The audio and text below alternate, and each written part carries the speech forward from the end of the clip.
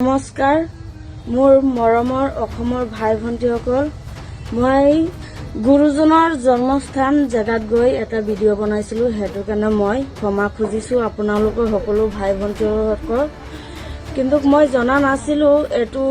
আমাৰ গুৰুজনৰ জন্মস্থানৰ জেগা বুলি আছিল বুলি মই জনা নাছিলো কিন্তু মই জনা নাছিলো এটো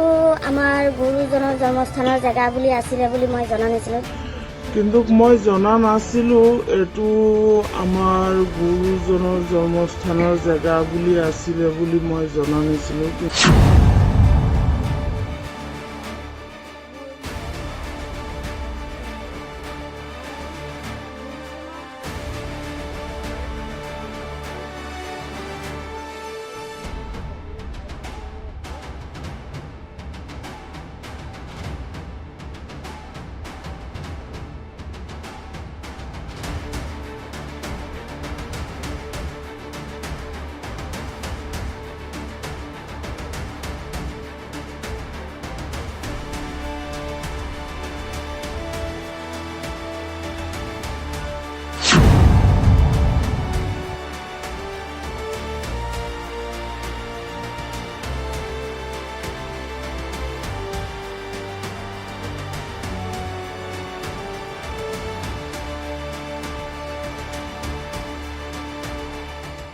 29 ডিচেম্বৰত গৃহমন্ত্ৰীয়ে উদ্বোধন কৰা অসমীয়াৰ বহু প্ৰত্যাশিত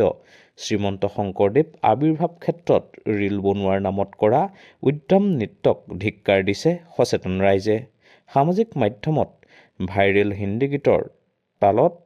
কৰা উদ্যম নৃত্যৰ দৃশ্য দেখাৰ পাছতেই সৰ্বত্ৰে প্ৰতিক্ৰিয়াৰ সৃষ্টি হৈছে মহাপুৰুষ শ্ৰীমন্ত শংকৰদেৱ গুৰুজনাৰ পবিত্ৰ জন্মস্থানত যি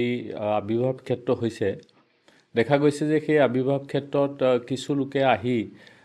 তাৰ শংকৰী লোকসকলৰ যি ধৰ্মীয় আবেগ সেই আবেগত আঘাত কৰা বিভিন্ন ধৰণৰ কাম-কাজত লিপ্ত হৈছে আমি দেখিছোঁ যে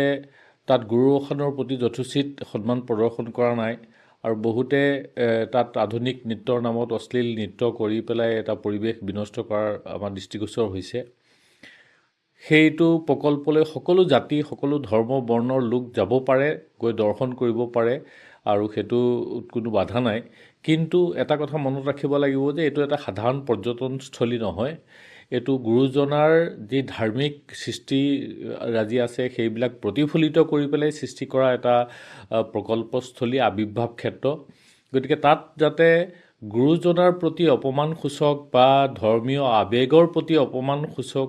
কোনো ধৰণৰ কাৰ্যত কোনো লোকেই জড়িত নহয় তাৰ বাবে আমি আহ্বান জনাইছোঁ আৰু জিলা প্ৰশাসনকো আমি অনুৰোধ জনাইছোঁ আৰক্ষী প্ৰশাসনকো অনুৰোধ জনাইছোঁ তাত যাতে কোনো লোকে ফুল ছিঙা বা য'তে ত'তে পিক পেলোৱা বা যিকোনো ধৰণৰ ৰীল বনাবলৈ গৈ পেলাই তাৰ পৰিৱেশ বিনষ্ট কৰা কোনো কামত তেওঁলোক লিপ্ত নহয় সেইটো সুনিশ্চিত কৰিব লাগে নহ'লে সি কেৱল বটদ্ৰৱাবাসী বা